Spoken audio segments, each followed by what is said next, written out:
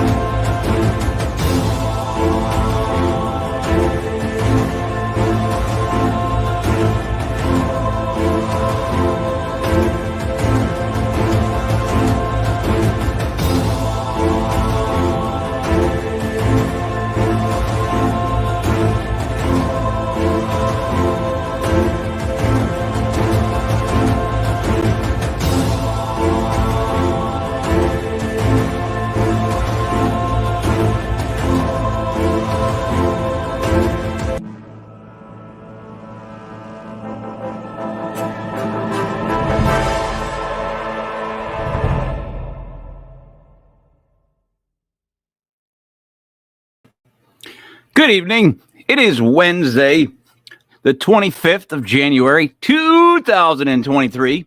Who'd you talk to? What's going on? It's King Michael, legitpodcast.com, legit paranormal news. I am King Michael. I'm Dreamy David Barr. And here's... David, first off, nice to have you. Nice to be here, Mike. Thanks for having me. Looking dapper. Go ahead, I'm sorry. Thanks. Although I'm having a little issue. I'm kind of glitching. Kind of like, you know how people say, are we living in a simulation? I kind of feel like I'm in a simulation right now. I wouldn't doubt it. But it's good to be here. Go right ahead with your top story. All right, our top news story. We explore the question, do we have the ability to dream the future? So I'm going to hit you with a few quick examples of this.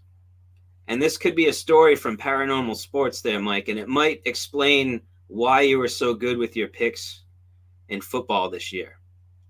Yep. So we're going to flash back to 1993. Okay. Mission Viejo High School senior Michael Lee. He had no idea what to write with his photo to go with his in it for a senior picture in his school yearbook. So he ends up putting Chicago Cubs 2016 World Champions. You heard it here first. So remember, this is 1993. Forward to 2016, the Cubs end up winning the World Series, just like Lee predicted, and his yearbook picture and his quote started making the news. So they interviewed him, and when he was asked about it, Lee said, "It just came to me when I was a kid. I had a dream about it. It was pretty vivid, and that's why I remembered it all the way through high school." So now we're going to move on to The Secret History of Dreaming. It's a book by Robert Moss, and he researched Harriet Tubman, a conductor on the Underground Railroad. She led more than 300 slaves to freedom without losing a single one. She credits her dreams. So she had a head injury, and this kicked up her ability to dream. That's been known to happen sometimes. A recurring dream of following the North Star inspired her to flee north so that she herself could become free. Later, in other dreams, she could fly. And these dreams showed her all the routes which were okay to take along the Underground Railroad, and they also showed her which houses and barns were safe to stay at. Harriet also dreamed that President Lincoln would one day free the slaves. And 3 years later, in 1863, Lincoln issues the Emancipation Proclamation, and her dream came true. And speaking of President Lincoln, he dreamed his own death without even realizing it. In March of 1865, Lincoln dreamed that he was following mourners through the White House. He asked the soldiers guarding the body who was dead. They told him that the president had been killed by an assassin. In April of 1865, he was assassinated by John Wilkes Booth. So imagine if he had been able to realize that he was the one being mourned in the dream. Maybe he could have prevented his assassination. Who knows? Now, in 1966, about 150 children and adults were killed when waste from a coal mine created a landslide that buried a school in South Wales in the UK. Psychiatrist John Baker visited the town and spoke to many of the residents. He realized that people, including some of the children that were killed, had mentioned having dreams and premonitions about the disaster. So Barker goes back to London, ends up advertising in a newspaper, asking anyone who had experienced a premonition before that landslide to send him a written account. He received 60 replies, 30 of which mentioned a dream of the disaster. Now on to someone that I actually know personally, Wanda Birch. In her book, She Who Dreams, she shares a dream about an encounter with a red Honda. Here's the dream. I am traveling to work in a snowstorm, and I approach a familiar bridge between two small towns. I see a red Honda coming from the opposite direction. The Honda suddenly skids into my path, slamming my car into the side of the bridge. I am injured.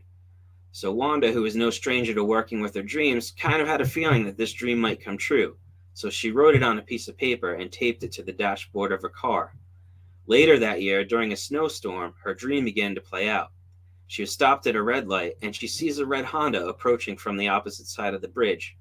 Her traffic light turns green, but she's like, hey, I think this might be my dream, so she stays stopped. The driver's behind her, getting really annoyed, slamming on the horns, but she doesn't move. And because of that, she watched as the red Honda skidded and fishtailed from one side of the bridge to the other and finally hit the other side of the bridge. Nobody was injured, and Wanda remained safe because she took action on the information that she received in the dream. So the next story I'm about to share is well known among members of the International Association for the Study of Dreams, and it's also documented in another book by Robert Moss called Dreaming True. So let's talk about Ed Butler. He worked at a Pioneer Aerospace company in New Jersey back in 1959. He had several dreams about a rocket fuel explosion in one of the labs, and in his dream, one of his coworkers, Rita Dwyer, was trapped by the explosion, engulfed in flames, and she was hidden by dense clouds of smoke created by the burning chemicals. Her colleagues evacuated, thinking they wouldn't be able to find and help her. In the dream, Ed had to navigate through the smoke and learn that he had to look for Rita's foot, which would be the only part of her that was visible. So the explosion ends up happening in waking life, and just like in his dreams, Rita's trapped. And again, just like in his dreams, he's able to find his way through the smoke. He looks for her foot, finds it, pulls her out of the lab, and gets her under a deluge shower to put out the flames and save his coworker. Now, Rita survives this whole thing because Ed remembered and acted on his dreams, and Ed referred to his dreams as rehearsals for that situation. Now, Rita herself was a scientist, and she had no interest in dreams until the accident. And she began to wonder if it was actually possible to dream the future. So she spends decades researching dreams, especially paying close attention to her own dream journals. Now, she finds occasional hits, including the eruption of Mount St. Helens in 1980. She also dreamed that a sore on her friend's leg needed immediate attention and had to be removed, which it did. Unfortunately, she also dreamt her father's terminal bout with cancer. Now, that was back in the 50s. We can flash forward to some more modern scientific studies. So we're going to talk about Dr. Julia Mossbridge and her studies on precognition and precognitive dreams. So like Rita Dwyer, Dr. Mossbridge, she's inspired by her own personal experiences. Throughout her life, there are many times where she felt compelled to do something, or she'd clearly seen some future events, either through dreams or flashes of knowing that some people refer to as downloads. As part of her research, Dr. Mossbridge led a team at Northeastern University. They analyzed 26 experiments in precognition and published over the last 32 years. Now, all of the experiments claim that human physiology could predict future important or emotional events. The team concluded that the human body goes through changes in advance of future important events, alerting our non-conscious minds seconds earlier to what likely is to happen. So participants' bodies in these studies show that changes were actually statistically reliable. They would do things like sweating before being shown an image of a gun, and less of that would happen if they were shown a picture of a flower. Now, these precognitive reactions happen too often to be scientifically typically considered chance. So science has established that precognition does exist. Now, we also know that our conscious minds have attentional limitations and have to filter data and information down to what it considers important.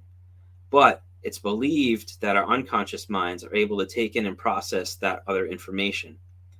So modern neuroscience has determined that our minds are basically prediction machines, and our brains are constantly using the incoming data to predict what will happen next. It's kind of like a baseball player predicting where to swing that bat, hopefully hitting an incoming pitch. So now this is where things are going to get a little weird as we throw in some physics. Modern physicists don't agree if the simple flow of time exists. Dave, I only have an associate's degree. Can I still continue? What's that, Mike? I only have an associate's degree. So that's all right. I'm allowed to still continue with this part of the story? You'll be okay with this part of the story.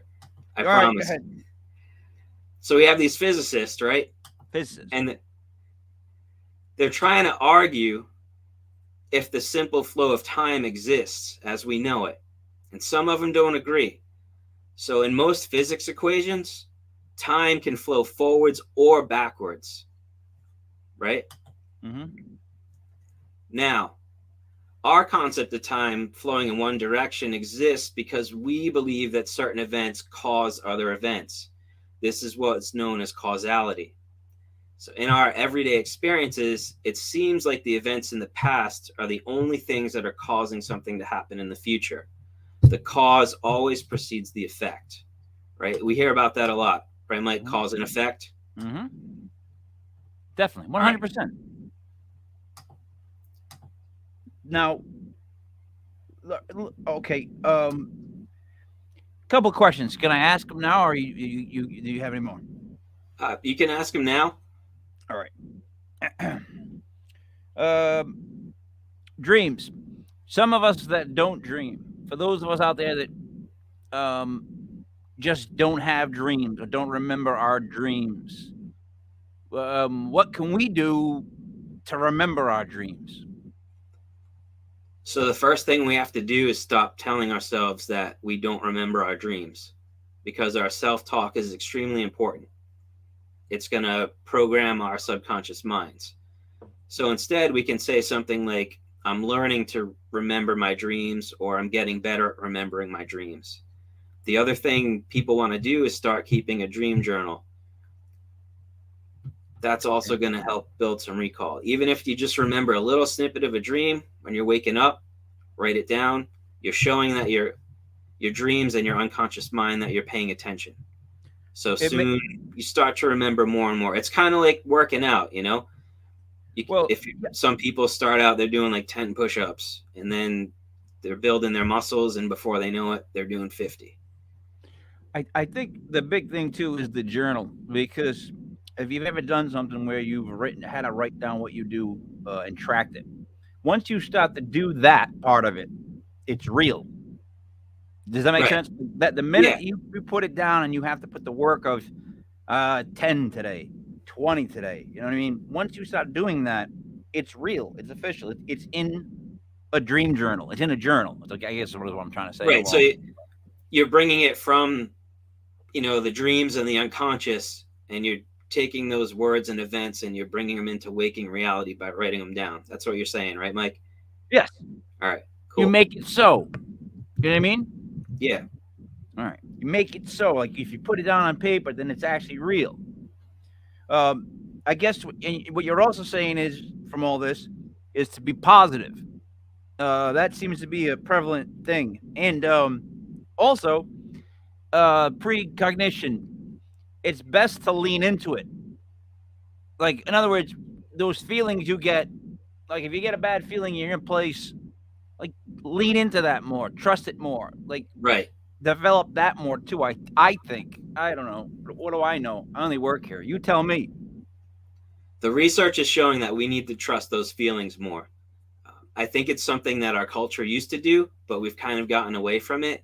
We easily dismiss things like that. Oh, I would just kind of like a feeling, or, my gut was a little rumbly, and they're just easy to dismiss that kind of stuff. Yeah. Whereas before, people will be like, "Hey, something's going on here. Why is my body doing this?" Yeah. Well, because now nobody wants to admit that things out loud anymore. It's actually gotten weirder, in my opinion. Now that we know that there's UFOs, it seems like talking about stuff is getting weirder. Like when you say that out loud, now that gets a little, But I hold on a second. So let me just get. I'm sorry. I don't No, know. it's the crew. If you're dealing with what They I'm dealing start with, goofing around back there. they keep pushing. I'll get to it. So David, really quick. Other dream questions before I wrap it up because I gotta go to a clip, I guess. Dreams. These people that had these premonitions.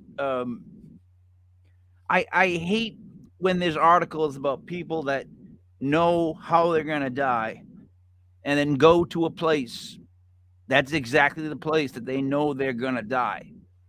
I'm not saying Lincoln had it that it was him 100%, but I bet he had that feeling it was him, and I don't understand that logic. If I have a dream that I went to Taco Bell and died there, and I had that dream and I woke up and it was like a real it moved me type of dream, like it moved Lincoln, Dave, I would not go to a Taco Bell.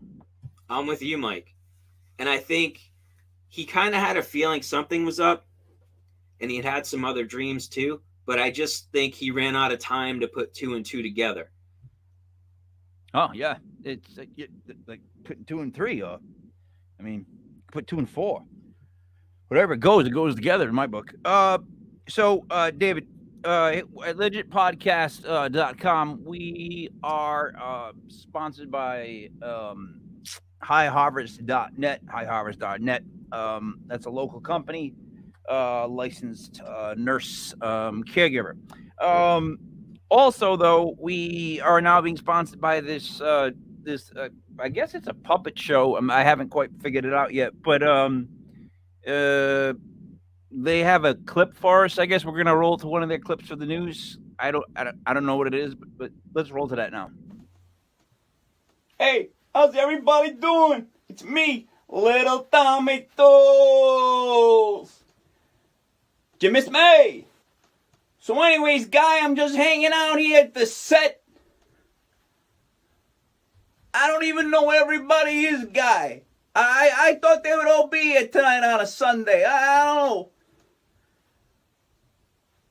Vinny! How you doing, Tommy?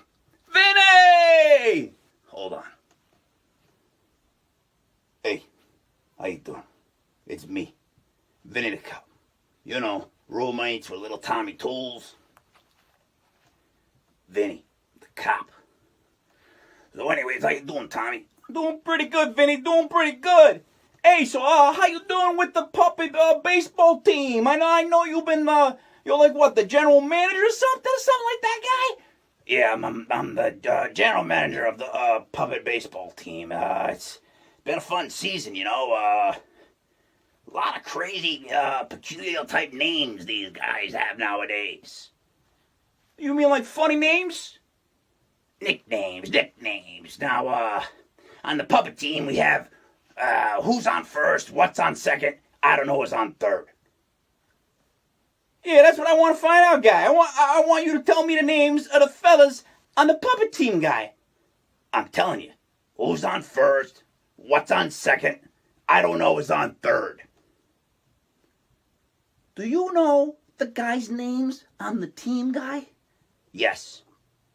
Well, then who's playing first? Yes. I mean, the fella's name on first. Who? The fella playing first base. Who? The guy on first. Who is on first? Well, what are you asking me for, guy? I'm not asking you, I'm telling you. Who is on first? I'm asking you, guy. Who's on first? That's the man's name. That's whose name, guy? Yes. When you pay the first baseman every month, who gets the money? Every drop of it. And why not? The man's entitled to it.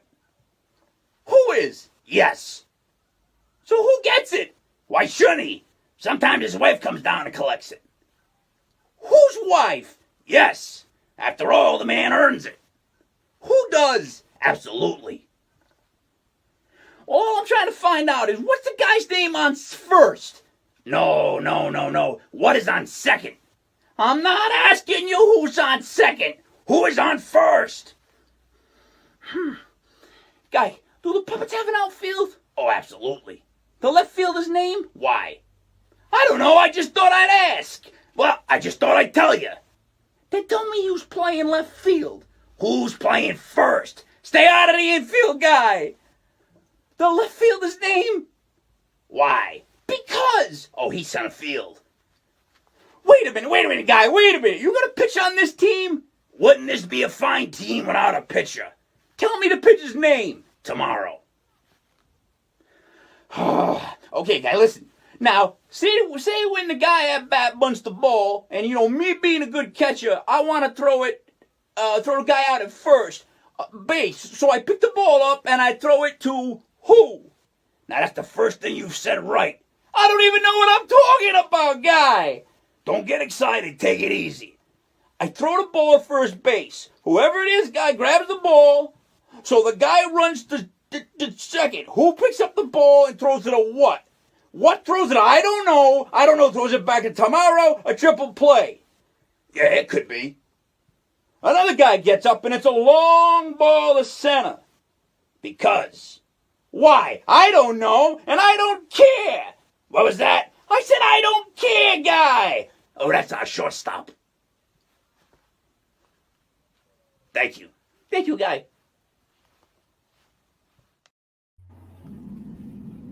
I don't know what to tell you, Dave. Puppets, you're gonna, okay. I said in the meeting beforehand. Dave, did I not? Okay. You so did. Dave, please continue with your story. All right. Although I think the puppets got some good feedback there, Mike, and that's why they ended up getting their own segment again. Yeah, they're trained. They're out of control. All right, so we're talking about causality, right? Yep. Something in the past causes something to happen in the future, cause and effect.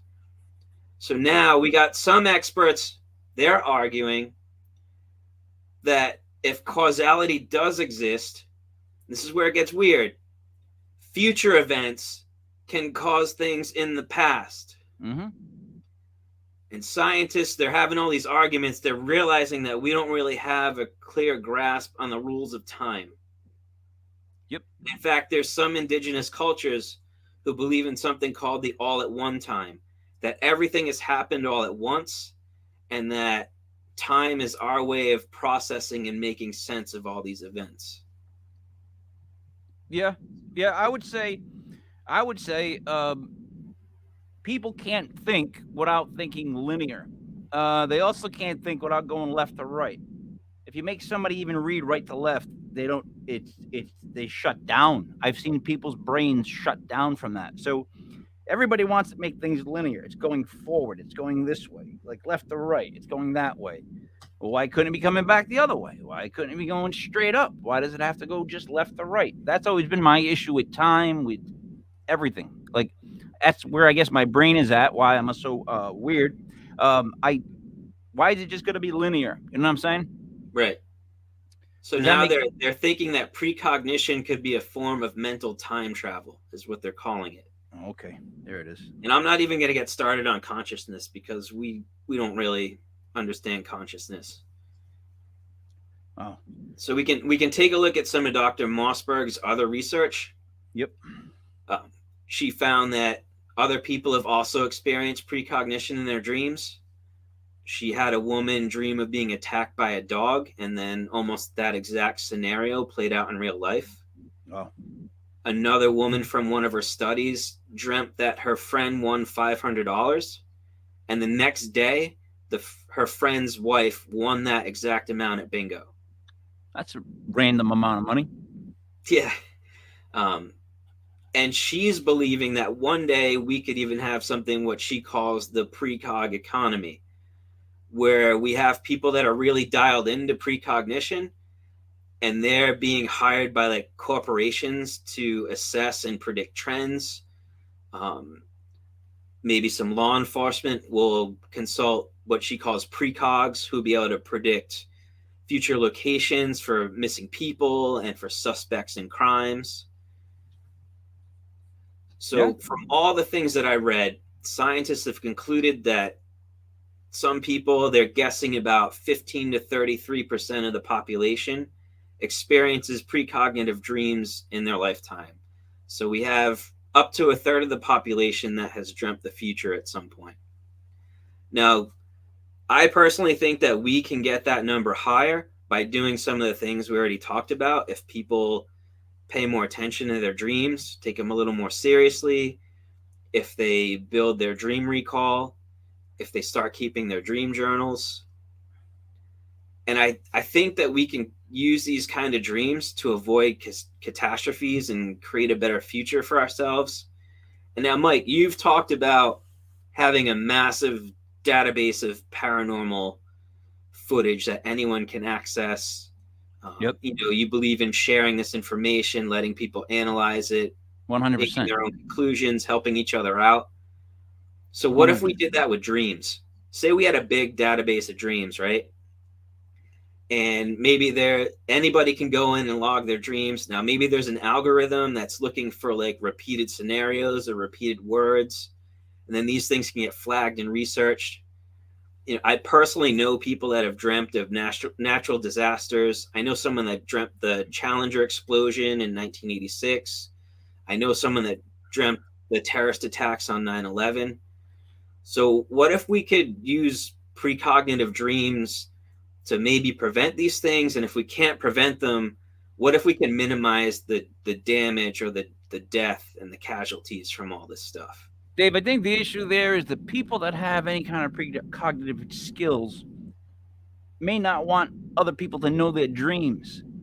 Like, I know that I don't want anyone to know my dreams because they're my dreams, and, you know, that's what I dream. So I don't know if I could share my dreams with someone. You know what I'm trying to tell you? Like, I think... No, I totally get that. Right, but when you're someone like me, an Italian, we shut down the minute we hear share our dreams. Like, that's our last thing we've got left. Oh, my God. See what I mean? The thing's going crazy on me.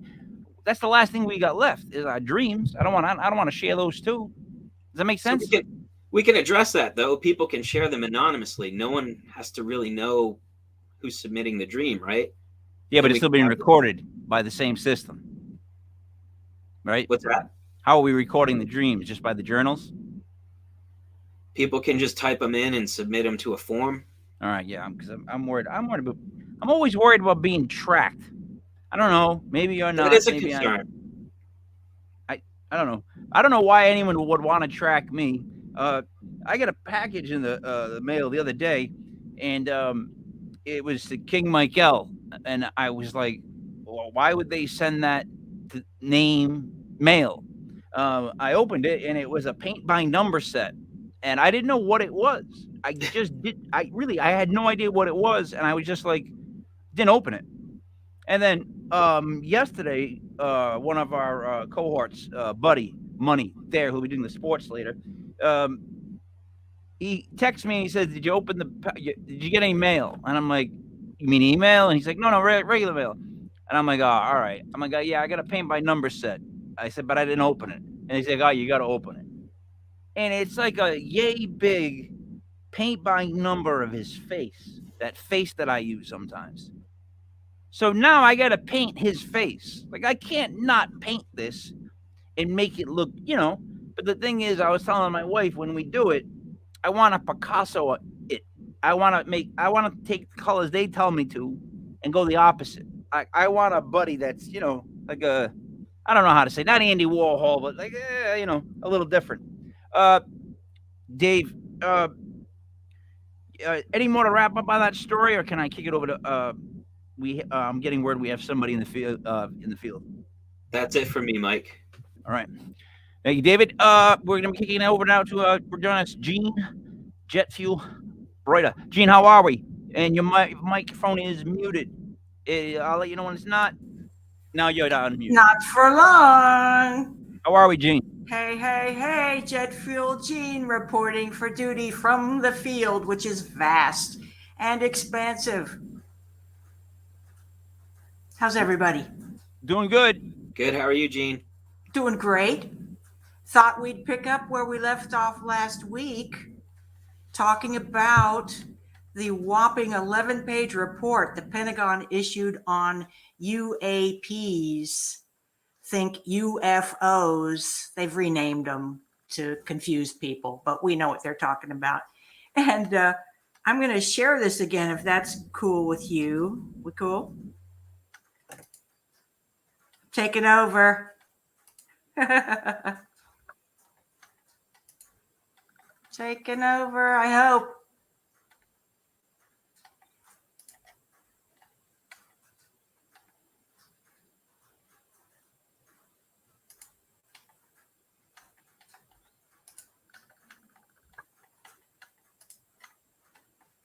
Well, I'm experiencing technical difficulties. Can you hear me?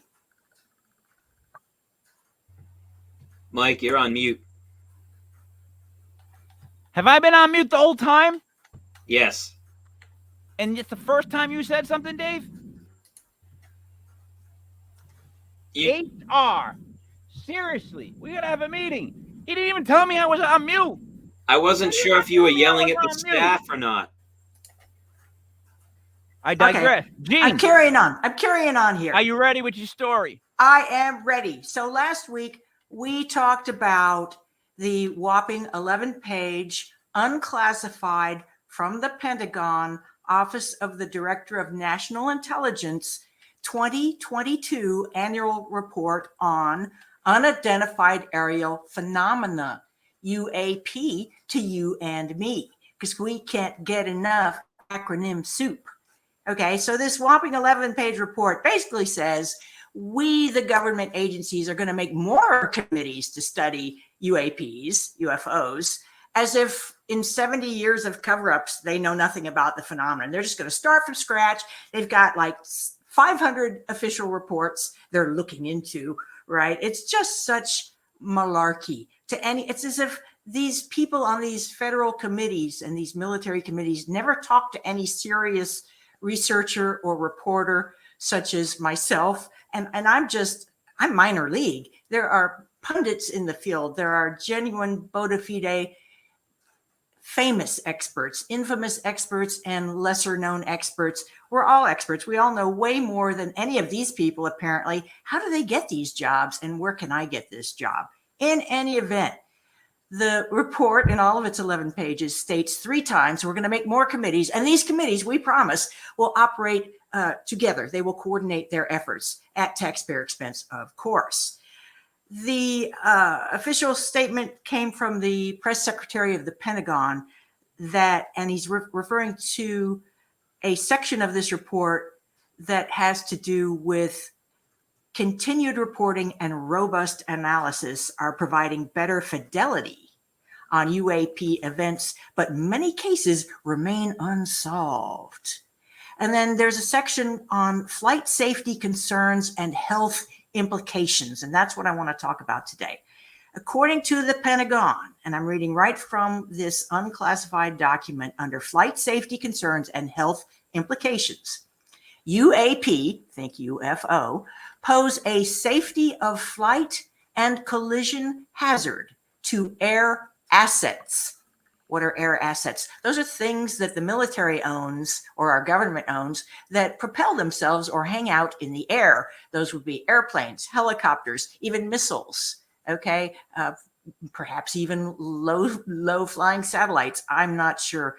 There are undoubtedly official definitions of all these things, but these air assets are presented as a reason to distrust this UAP phenomenon and put it into the category of defending national security and our airspace. So here's the justification.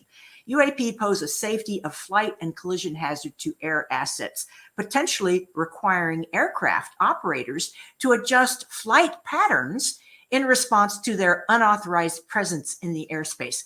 They're playing dodge 'em, okay? Dodgeball, basically, that they have to veer up our our people have to veer off course to avoid colliding with these things. I think it's hilarious. I'm sure it would be frightening if you were up there in the air asset experiencing this, of course. They are these UAPs, how dare they operate outside of air traffic control standards and instruction.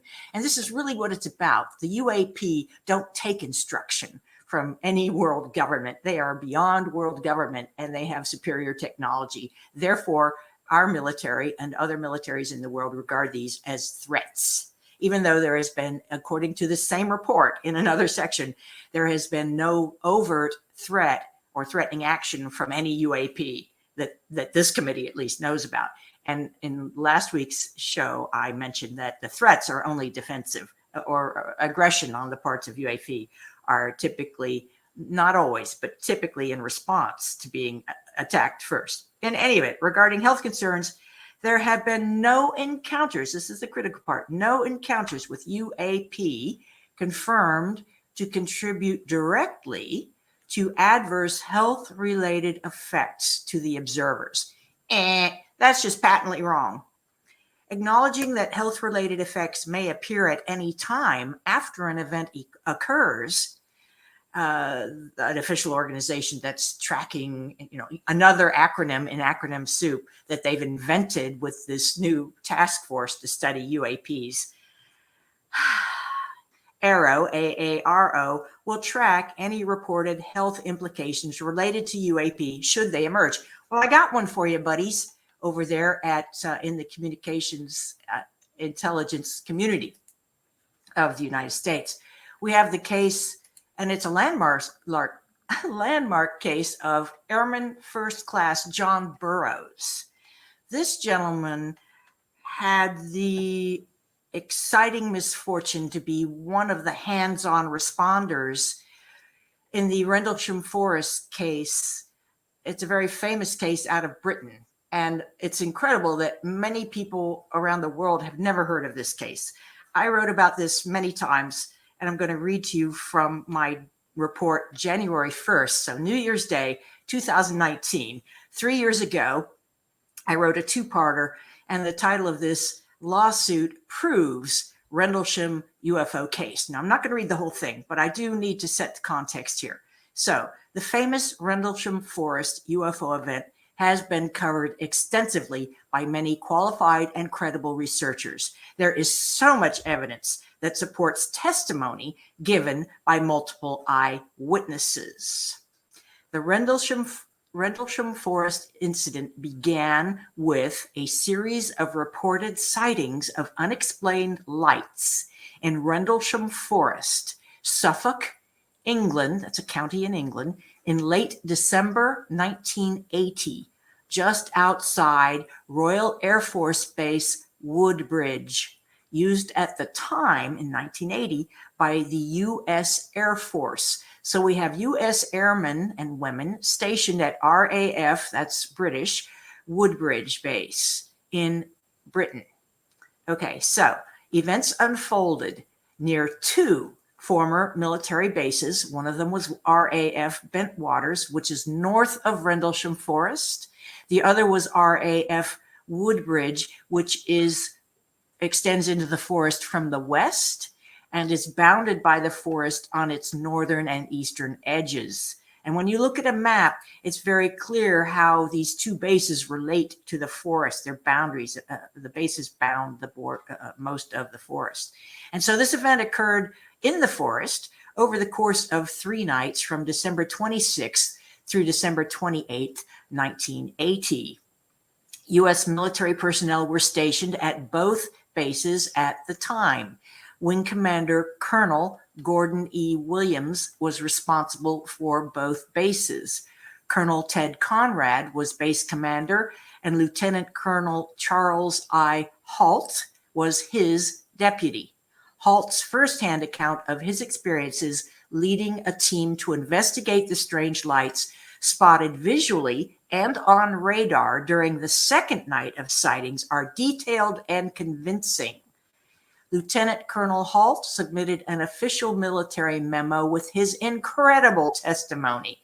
At about 3 a.m. on December 26th, a security patrol near the east gate of RAF Woodbridge saw, and I quote, a strange glowing object, metallic in appearance with colored lights, unquote, frenzied nearby farm animals, and a landed craft that left 3 impressions or depressions in the ground that were visible the next day. So they had a unit go out and check this out in daylight. This all happened in the night, 3 a.m. They went out when they could see, and they made more observations. Sergeant James Peniston said he walked up to the UFO and touched its warm surface and copied the numerous symbols on its body, which were described later as hieroglyphics, and you can find them in the literature transcribed if you care to. Okay, after midnight, 2 nights later, Halt led several servicemen with radiation detectors back to the same spot. The group of trained observers saw more strange lights. This is 2 nights later. Halt later submitted a tape recording he made on the scene, and I've heard that, and an affidavit to his commanders in addition to his memo, quoting Halt, I believe the objects that I saw at close quarter were extraterrestrial in origin, and that the security services of both the United Kingdom and the United States have attempted, both then and now, to subvert the significance of what occurred at Rendlesham Forest and RAF Bentwaters by the use of well-practiced methods of disinformation. Okay, skipping ahead a little bit. U.S. Air Force police officer John Burroughs was stationed at Bentwaters, and he too was part of the investigative squad led by Lieutenant Colonel Halt. Both Burroughs and Peniston walked right up to the glowing object that lit up the forest gloom. Burroughs developed congestive heart failure. Here's our tie-in to UAPs, UFOs, and health consequences. Burroughs maintained that he did develop congestive heart failure after the incident, and he attributed his health condition to radiation poisoning from close proximity to the UFO. A British Ministry of Defense document confirmed this theory that radiation from UFOs can cause health problems. This is landmark right here, okay? Now, wrapping this up, with the help, here's the good news, with the help of the U.S. Department of Veterans Affairs, our good friends at the VA, and U.S. Senator John McCain, with the help of his office, Burroughs won a lawsuit in 2015 that claimed the veteran's medical condition was the direct result of exposure to UFO radiation. He was granted full medical disability. And Burroughs issued a press release that's documented. None of this is made up. This is all well documented. The court case is entered into the official legal record. This is not voodoo. This is not woo-woo. This is the facts, Jack and Jill. Burroughs' press release, which was titled U.S. Government's De facto Acknowledgement of the Existence of UFOs, underscored the ufological significance of this landmark legal decision. And I quote the Burroughs press release. In January of 2015, after years of exhaustive efforts, the VA settled in full with me. I needed someone to champion my cause, someone not afraid to put themselves at risk to help me. I was lucky. I found 2 to champion my cause. My attorney, Pat Frascogna, and Senator John McCain and his staff. Through their efforts, I received life-saving heart surgery to replace a badly shredded anterior mitral valve caused by the UAP radiation, and a settlement from the DoD, that's Department of Defense, and VA, Veterans Administration, admitting that's Burroughs, was injured in the line of duty in December of 1980. So 35 years later, Mr. Burroughs got his settlement for medical disability, got life-saving treatment. Thank our lucky stars that sanity prevailed at last. Wow. Back to you, King Michael. That's And Dreamy wow. David Barr. That is why we call a jet fuel Gene Broider. Let me just touch upon two parts of that. When you said interior mitral valve, I realized that it could be a made-up word, and I don't know. Dave, did you feel like that when you heard that? Did you go, I don't know what that is, but that's No. part of the heart. It's anterior versus posterior, front versus back, No, I and didn't. mitral versus ventricular. And the one pushes blood, the other sucks blood. Yeah, those are There you words go. they're not on my Scrabble board. Yeah, well, I'm a Scrabble champ, so Yeah, stick with me, bud. Stick Well, with me. I'm starting to get that. The other one was, I actually like manlark over landmark. Do you? You said that by mistake, but We it could actually make that almost change. it makes as much sense. Think about it, Hey, Dave. A It landmark should be flutterby. is a manlark. Doesn't like- flutterby make more sense than butterfly? That's true too. It flutters by, doesn't it? I feel like there should be smoke coming up on our screens right now. David, any questions for Gene? I don't know. I've always hoped to like see a UFO, but after hearing about all the radiation poisoning stuff, I'm not sure I want to see one now. No, I have an agreement with them. I'll write books like Unknown Objects, the top 10 U.S. UFO cases available on Amazon, and I will do newscasts and I will report the truths as I can find them. I'm a light worker, number 111. Thank you very much. But I don't want to see them. I don't need to see them. I know they're there. I know my government knows they're there, more importantly. What mystifies me is the new spin on the decades-old cover-up of you must be crazy to believe that UFOs exist. You must be crazy to believe in UFOs. I've maintained for a long time that the UFO phenomenon is not a matter of belief or faith. It's a matter of facts. And so I go for the facts, and the facts are being obscured by the federal government. However, what's interesting is now the Pentagon and its other intelligence service related branches and agencies have decided so many people know that UFOs exist and take it for granted. Basically, there's no panic about it. Particularly, it's in the culture. I think they've done polls and surveys. So the reasoning in the 1950s to cover up UFOs that there would be mass panic and would topple world religions, it has some validity today, but I think much, much less. People are nonplussed by the idea that there are UFOs. What's amusing to me still, and yet maddening at the same time, is that the US military and other militaries around the world have the gall and the presumption to presume that forces beyond our control, which have been fairly benign on the whole, a few human abductions beside, and You almost said anal mutilations probes as well, you know. almost said anal what's an anal probe. probe amongst Sorry. friends? You know, it's for Sorry. science. You know, what do we do to seals and animals we track? You just think about bears. You know, we put tags through their bodies and stuff, their ears, and you know, I'm not justifying it. I'm just saying that the government has decided, instead of calling people crazy for believing in UFOs, it said, well, they actually do exist. We have them on FLIR, forward-looking infrared radar. We have them on FLIR imaging. We have bona fide documentation from sworn to uphold the Constitution, military service people. And now the government's posture is, we want those people to come out and whistleblow on what they've seen, implying or stating directly that their pensions, their futures, their reputations will not be besmirched and taken away. They won't be silenced or canceled. They won't be part of this cancel culture that really started with enemies of national security as deemed by the CIA, those whistleblowers who are saying that, who oppose the official narrative, no matter what it is. This narrative was that UFOs do exist. That narrative started right after World War II. And now we're being told, as of just a few years ago, 2020, the Pentagon came out and said, yeah, those TikTok videos, they're real, they're military. We have declassified them so everybody can take a good long look.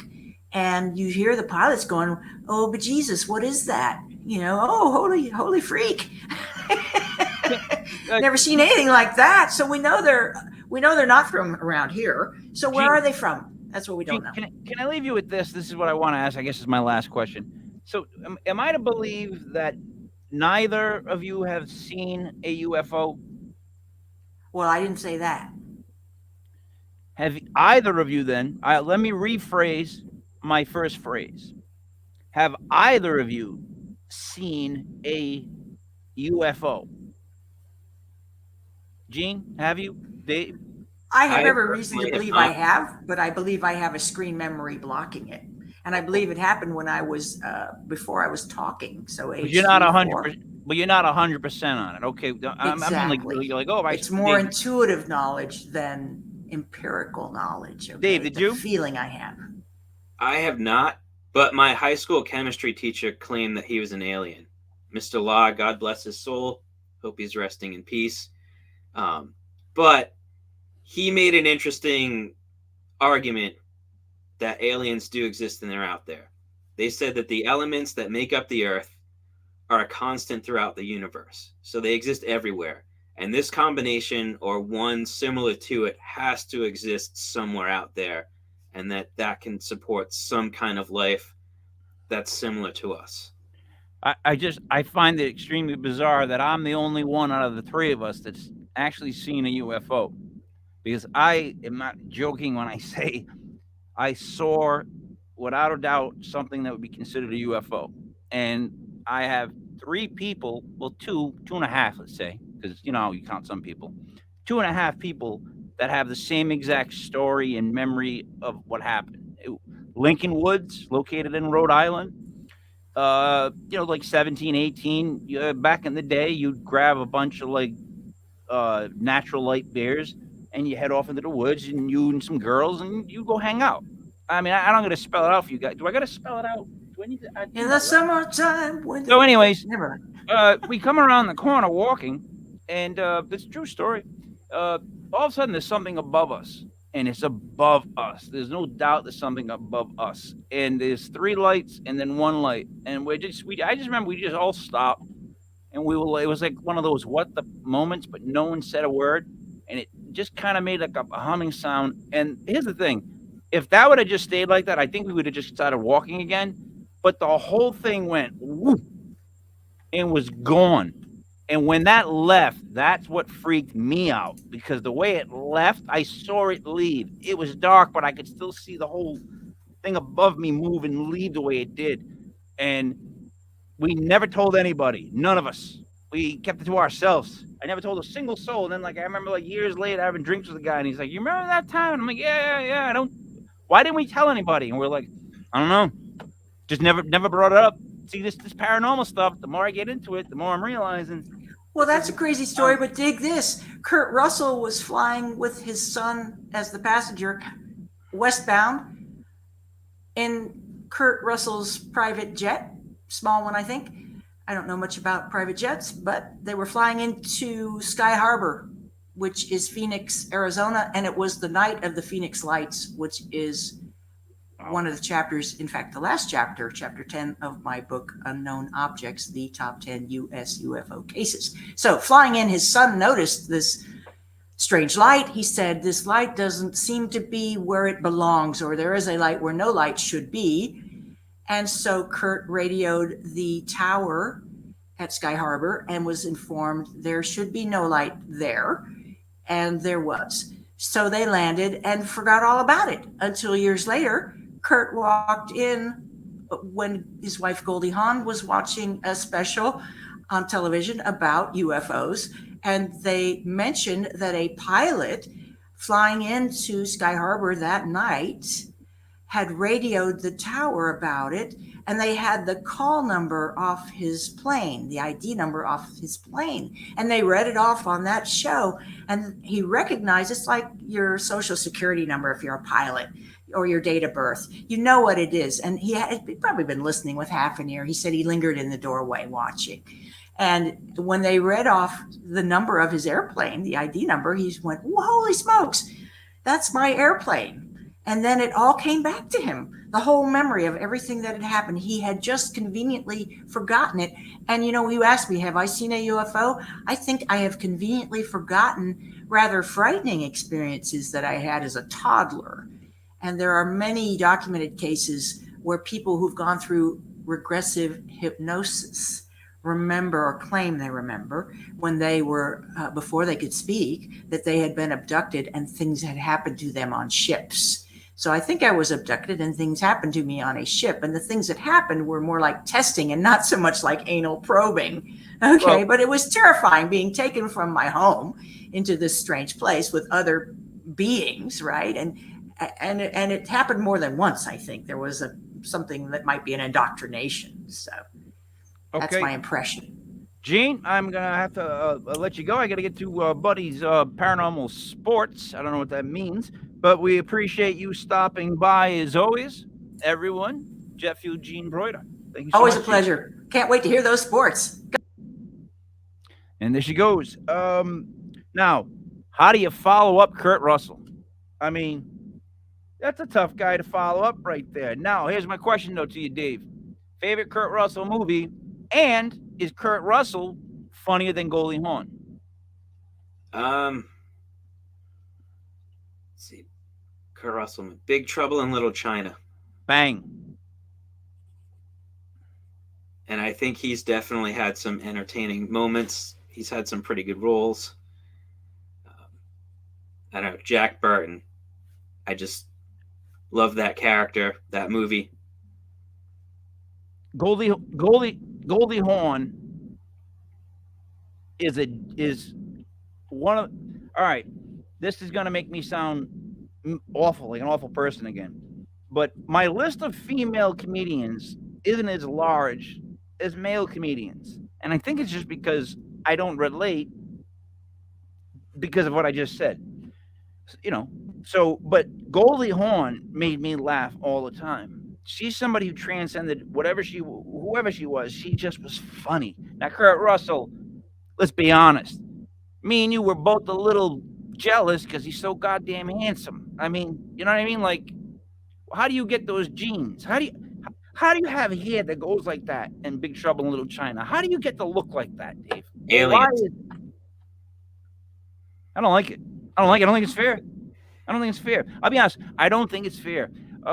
We got to go to Buddy's Sports. I'll be honest. I'm terrified. The thing is with Buddy Money there, you never know what you're gonna get, and sometimes those things are good, sometimes those things are disturbing. But here's Buddy Money there with the Paranormal Sports. Let's see if I can share this. Can you guys see this? Is this up on the screen? Can you see Buddy's face? It's there. Can anybody see Buddy? I can see Buddy. Unique New York. Unique New York. Unique New York. Ow now, brown cow. Ow now, brown cow. Ow now.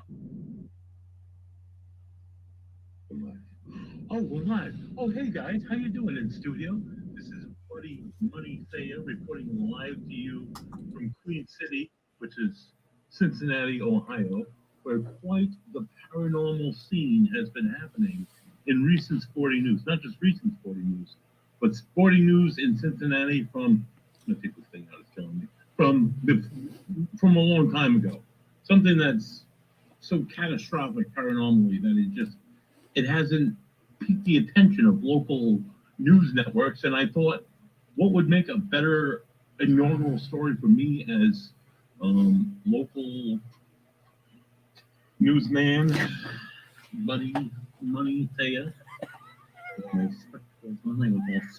then a lovely piece about some of the recent things and not some of the not so recent things that have been happening in paranormal and sporting news in the Queen City, like I said, Cincinnati, Ohio. Don't mind my dog who's barking at the local Bengals fans as they walk by. Now, calling Bills safety Damar Hamlin's injury on Monday Night Football scary is an understatement. It's scary as any horror movie that I've ever seen. Hamlin's, who has made almost a complete recovery, remained several days sedated on a ventilator in critical condition at the University of Cincinnati Medical Center after collapsing on the field after a routine tackle in the first quarter of a highly anticipated Bengals and Bills game. His uncle Dorian Glenn said that in an interview with this reporter that his nephew was resuscitated not once but twice, once on the field and then once again at the hospital and brought back to life after dying. What happened here is seldom seen in any professional sports setting, especially this country's most popular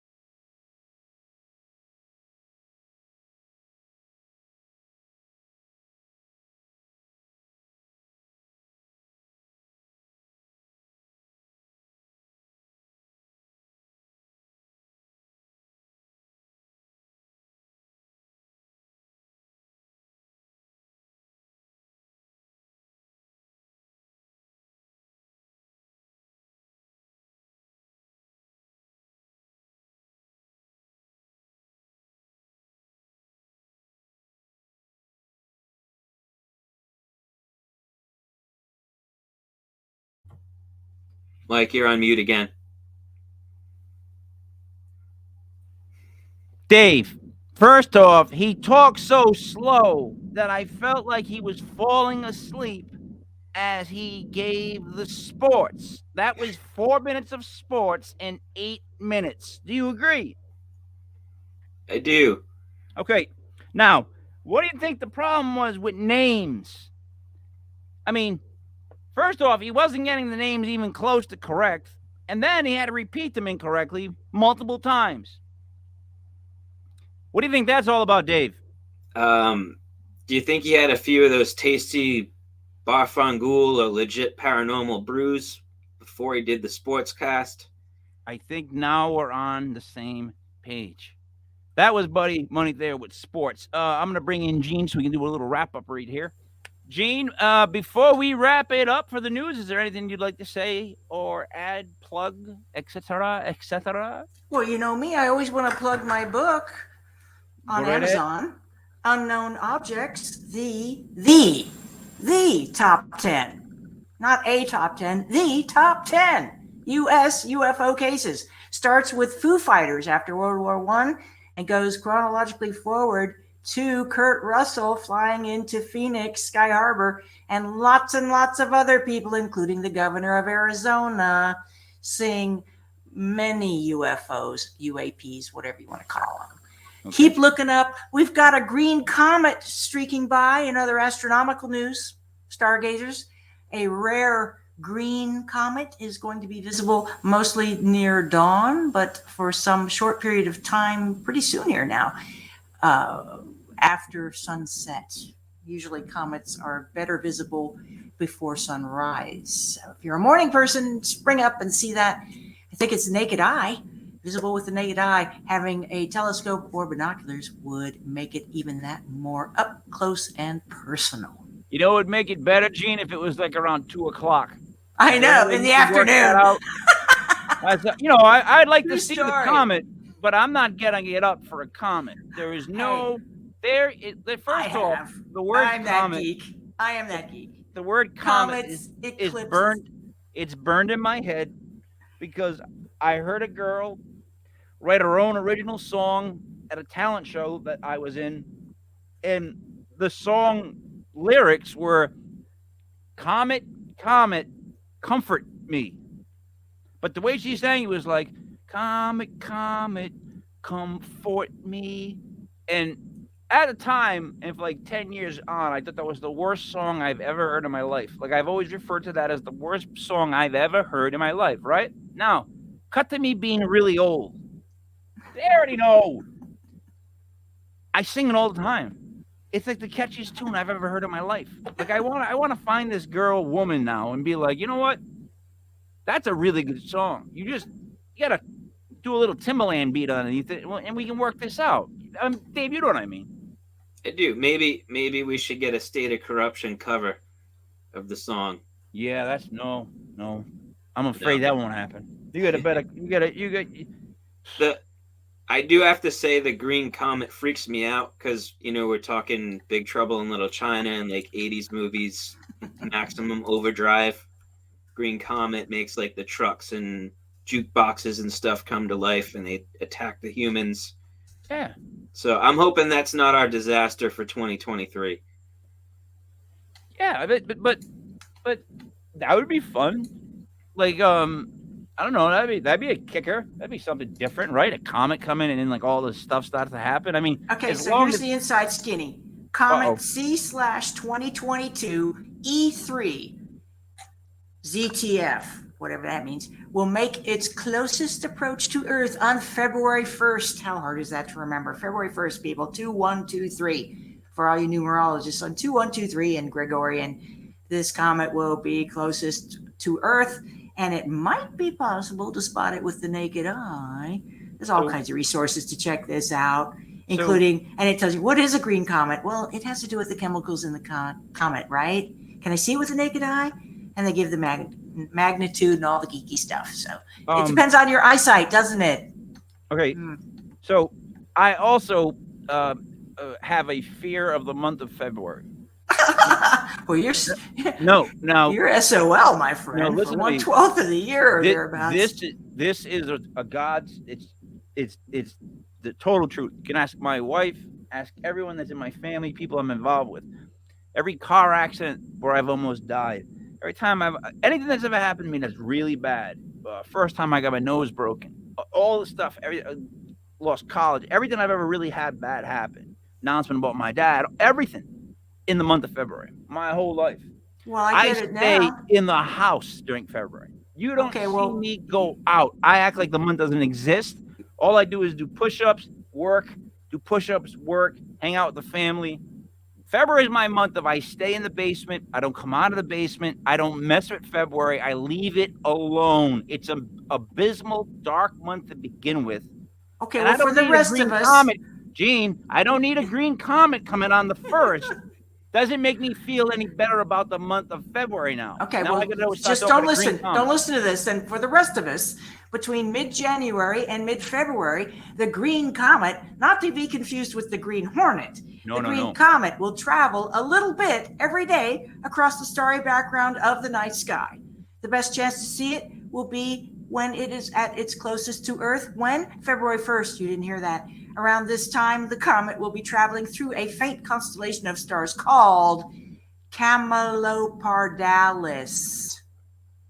Camelopardalis. That's a long name. Very good. Hey, let me ask you this. Name. And there'll be a bright waxing gibbous moon, making it more difficult to see the comet. Darn that moon. Dave, you believe it's more Green Lantern stuff, or more like gamma radiation Hulk type stuff? Do you remember I like both. I like DC and Marvel. Those are two of my favorite characters. Wasn't the theme of the Green Hornet the flight of the bumblebee? I'm gonna have to go with Green Lantern. Wasn't the theme song of the Green Hornet the song "The Flight of the Bumblebees"? Gene, I was not told in the pre-meeting there would be any trivia. Music trivia. Yes, no, I believe that the green stuff is gamma radiation. Because as much as I like Green Lantern, and I think he's been underwritten, underplayed, underused, he has such amazing abilities. Word. We won't get to they have ruined the Hulk. I'm going to do a rant here for a second, because you know what? I didn't give a story. We ran out of time, so I'm just going to do a quick little rant here. They have done such a horrible job of portraying the Incredible Hulk in these Marvel movies that I want to lose my mind and reshave my head. And by the way, my hair all grew back, and it was like, now I got to take care of it. I don't like it. So, the Hulk, they've ruined him. They've made him that part banner, part whatever. The best part about the Hulk is what? He's the strongest there is. Why? Because the madder he gets, the stronger he gets. And then the question's always asked, well, what's his limit? And everyone who really knows should say he never has reached a full limit. He can keep getting angrier and stronger. Now, you put Mark Ruffalo in there, and he's like the friendly yoga Hulk. It's like, what does that got to do with the Incredible Hulk? He's supposed to be incredible, and he's supposed to be like running around and smashing stuff. Hulk smash. Hulk smash. Like, am I wrong? Someone tell me I'm wrong. Is the Hulk not lovable now? Why is the Hulk lovable? I support you 1,000% on that, Mike. They butchered Planet Hulk, and they really need to do a World War Hulk movie and just let him smash everything. Yep, they made the Inhumans. Now you can grab Black Bolt and just crush them all. I'm sorry, Gene. We just went on a comic. That is No, this is fabulous. Who would you cast? Hulk took a blast Who would from you guys Black Bolt. cast as the Hulk? Who's going to play? As the new Hulk? Is David Banner, right? Doesn't David Banner turn into the Hulk? As a new Hulk? Yeah. Who's your Optimum? So it would have to be somebody that's not famous. Okay. So I haven't seen him yet. How about that? Because fine. Yeah. what they're doing wrong, out of nowhere, Cinderella story.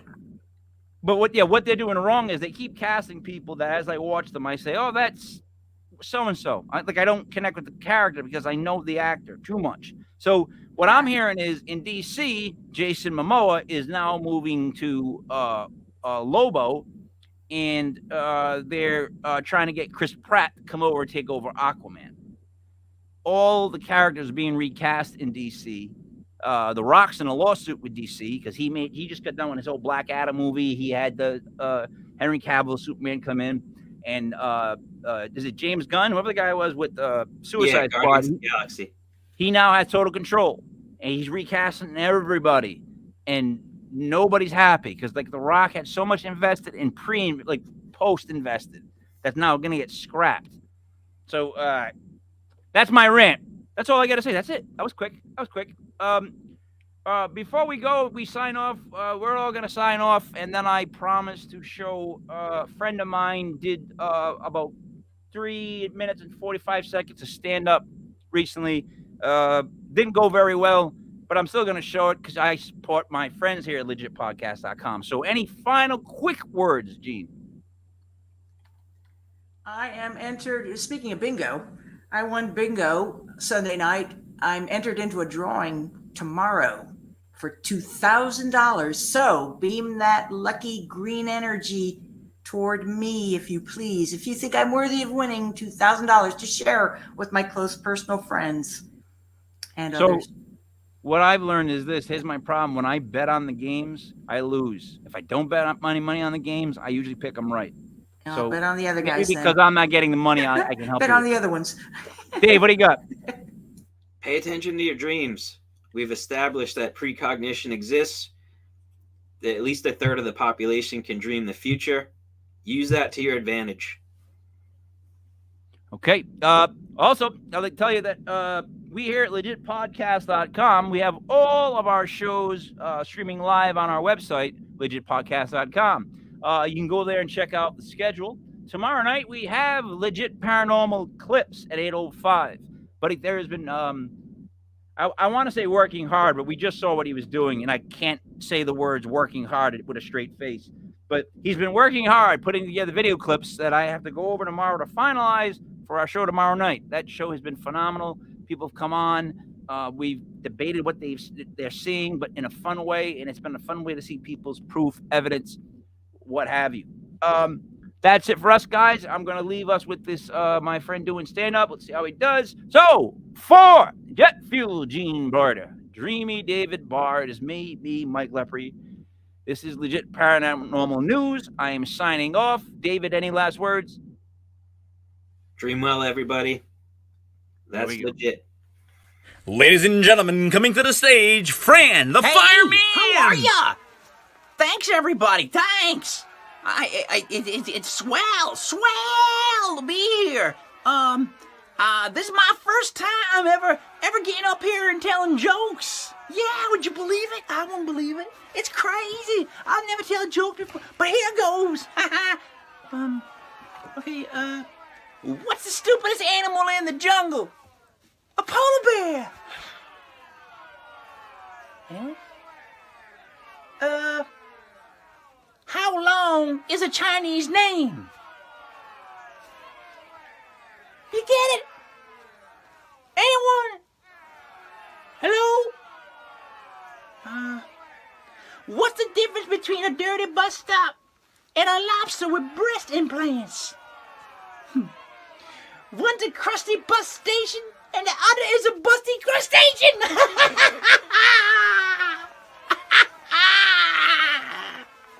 Crusty bus station and the other's a busty.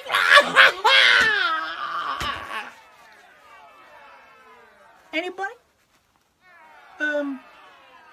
What kind of bagel can fly? A plain bagel. Nothing? A toothless termite walked into a pub and he asked, "Is the bartender here?"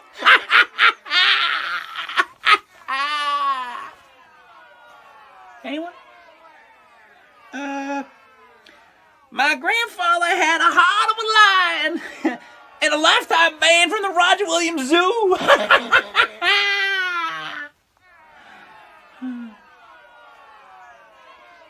What's clear and smells like paint? Chloroform.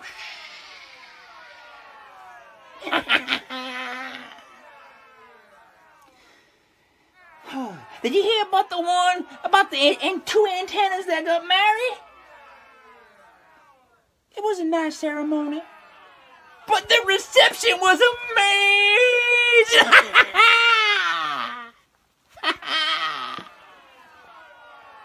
So you're gonna have to stay off the stage, all right?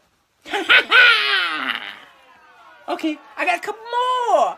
The swell jokes. I know you're holding your laughter in. I don't mind. A mom walks into a zoo.